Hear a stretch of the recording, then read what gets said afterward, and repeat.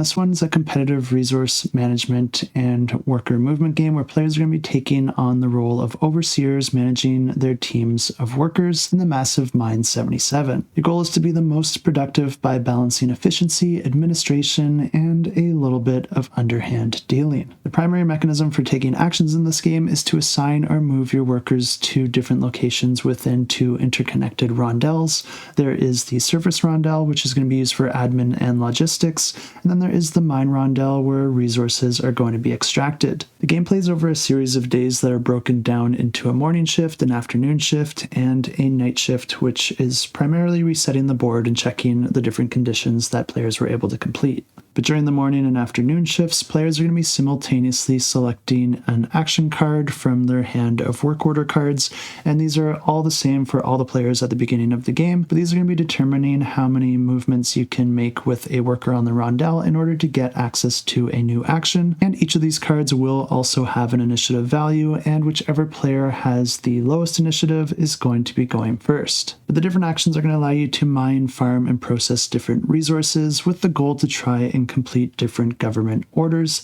that will earn you victory points if you are able to complete them. Steam is a key resource that players are going to have to manage in order to operate the mines, and the mines do also have a limited amount of space, and as you explore more of the mine, there can also be all sorts of dangers that can injure your workers. If too much steam is generated or not enough, then that can also have some negative consequences for all the players. The game does also allow for bartering and a blackjack mechanism if you do want to push your luck, and there is also an element of deck building where you can go ahead and purchase more cards that you can add into your hand to give you more options for movements and actions in future turns. But players will be able to play multiple of these work order cards within a single shift to take multiple actions in that shift, and you can also play additional cards if you do want to work overtime, but that does come at a cost. The night shift is reserved for maintenance, which means that it does work a little bit differently because all players are going to be doing during the night shift is resetting the board